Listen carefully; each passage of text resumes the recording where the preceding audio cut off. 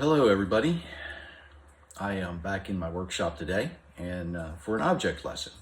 So if you happen to be listening to the audio only portion of this, please go over to YouTube because this is an object lesson. And while you're at YouTube, by the way, hit those like, share, and subscribe buttons to help people find us easier. And yeah, Susie's down here at my feet right now. What I want to show you is something that I found in my father's tool assortment. He was great for going out and buying box lots at auctions and that kind of thing that had tools in them and some oddities, some things. Some of you may recognize what a parallel clamp is. This one is steel. And if you've noticed and you know what you're looking at, this one's been modified, okay? It no longer works the way it was first built, so it's a little different. Is that a problem?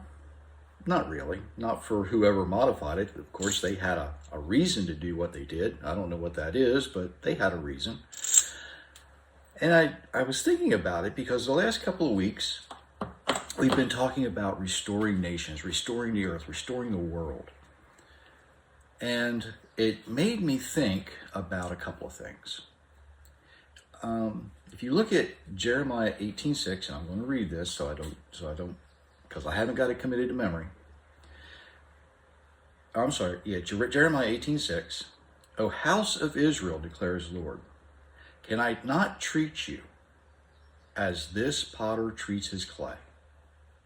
Just as the clay in the potter's hands, so are you in my hands, O Israel. Now, Jeremiah, he puts this in the context of, a nation.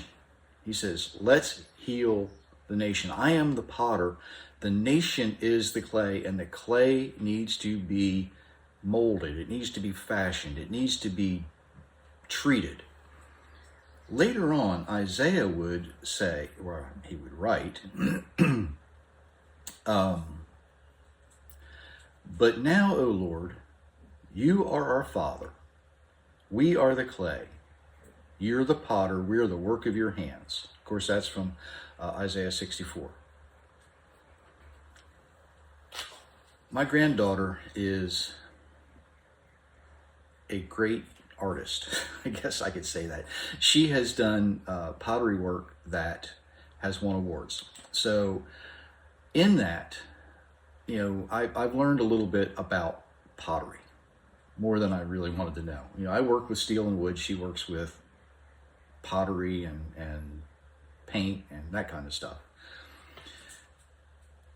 When a potter is on the wheel, or when they are actually just forming clay, the clay has to be the right consistency. It has to be right so that it is the way it needs to be, because if it has air pockets in it, years ago they would put it in an oven, today we call it a kiln. If it goes in there and there's air pockets in it, it will crack and damage the vessel that's being made. And we think often of, God's forming us, he's shaping us, and like the pottery, if something's not right, they just squash it down and restart. Well, that's not always the way we need to think about this, because what we think of as restore means to make us what we were. Well, kind of. The Hebrew word for restore is shub, and it really means to return. Not necessarily to your first state, but to a state, to something. It's the same word that's used to describe the waters receding after the flood. They went back. They went back to where they belonged. Jeremiah 17:14. Heal me, O Lord, and I will be healed. I will be saved. Think about that. Heal me and I will be healed.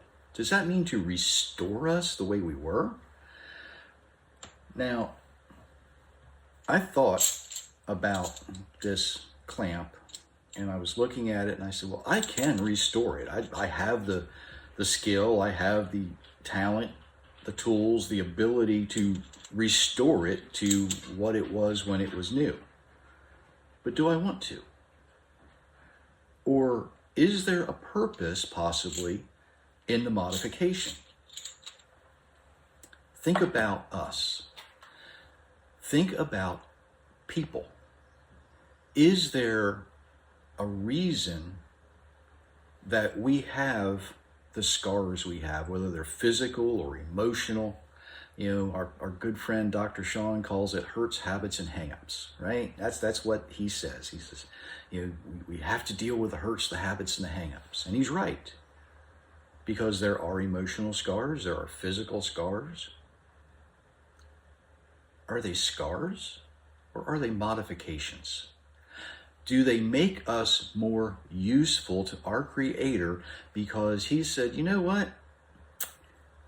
You were perfect when you were born, just the way you were. You would suit my purpose. But now that you have grown, you're learning the ways of sin, can I use those scars? Can I use those modifications to make you a better person who is more able to serve me and my plan? Are you more willing now to live the way you were designed to live than you were before? Something to think about, because as we think, you know, the potter squashes the clay. Well, you're still working with the same lump of clay. You're just making sure there's no air bubbles in it. You're making sure that it's the right consistency.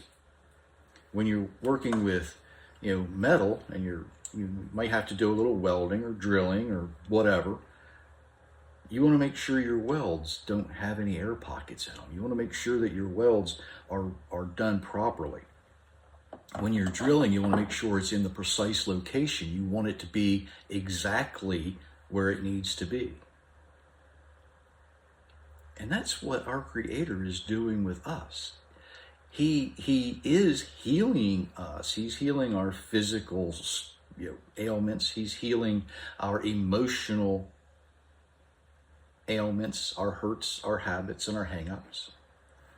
But at the same time, He's modifying us and saying, I can make you better. I can make you better because of who you are now. You were perfect before, but only our Creator can take something that is absolutely perfect and make it better.